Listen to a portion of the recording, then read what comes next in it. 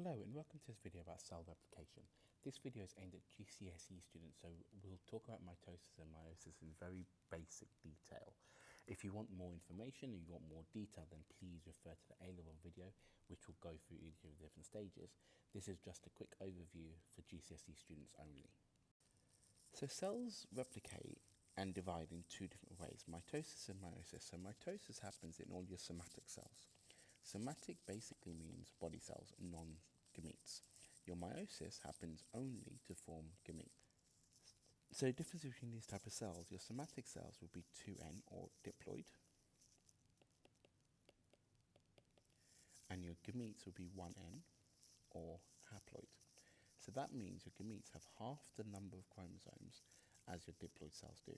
And that obviously becomes important when you think about reproduction and sexual reproduction, being the fusion of two gametes to make a 2N cell again. So let's start off by looking at mitosis. So mitosis is basically the ability of a cell to reproduce itself. Okay, so it's this ability that actually allows organisms to develop, grow, heal, and live for as long as possible. Okay, so when you're thinking about the importance of mitosis, the thing you're really focusing on, one of them is growth.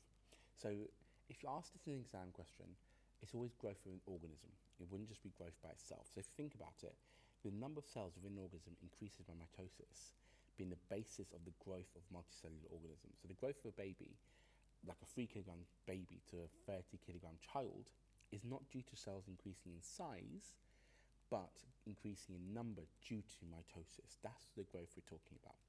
We are also constantly losing cells. So cells are dying and they're being replaced. That is the importance of mitosis. You cannot say that we're repairing a cell. So if you're asked it for an exam, you would be talking about the growth of an organism, you would be talking about a repair of a tissue, not a repair of a cell. Okay? You'll be replacing and repairing cells to form tissues. Some animals, for example, like the starfish and some tails and lizards, can actually regenerate whole parts of the body, and this is based in mitosis.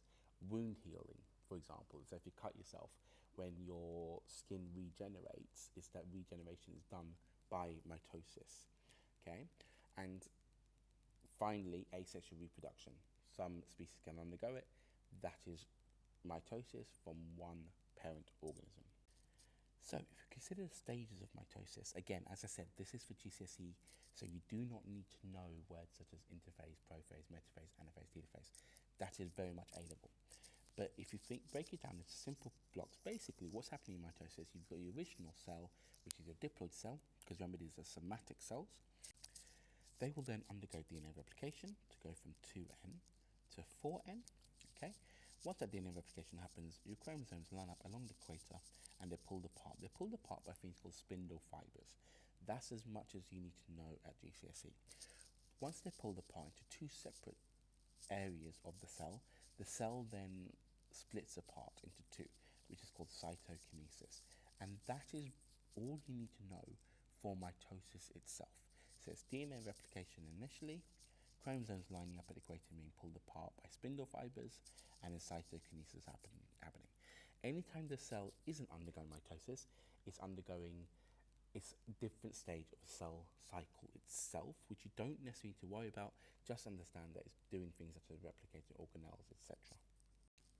So, as we said earlier, mitosis is really good in producing the genetically identical cells from mother cells. So it produces two genetically identical daughter cells from one mother cell. Now, while that's useful in replacing cells in tissues or growth of an organism, the one problem that leads to is sexual reproduction. So in asexual reproduction, it's fine. You make clones of the parent cell, basically.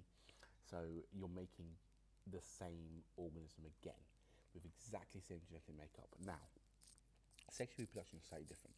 So sexual reproduction involves two parents, not one. It has lots of genetic variation. And so we need to think about where and how this happens. So for this to happen, we need to have haploid cells. We need to have cells which have half the number of chromosomes as the somatic cells. Okay, so we need to have a 1N cell and another 1N cell fusing to make a 2N cell. So that's where meiosis comes in.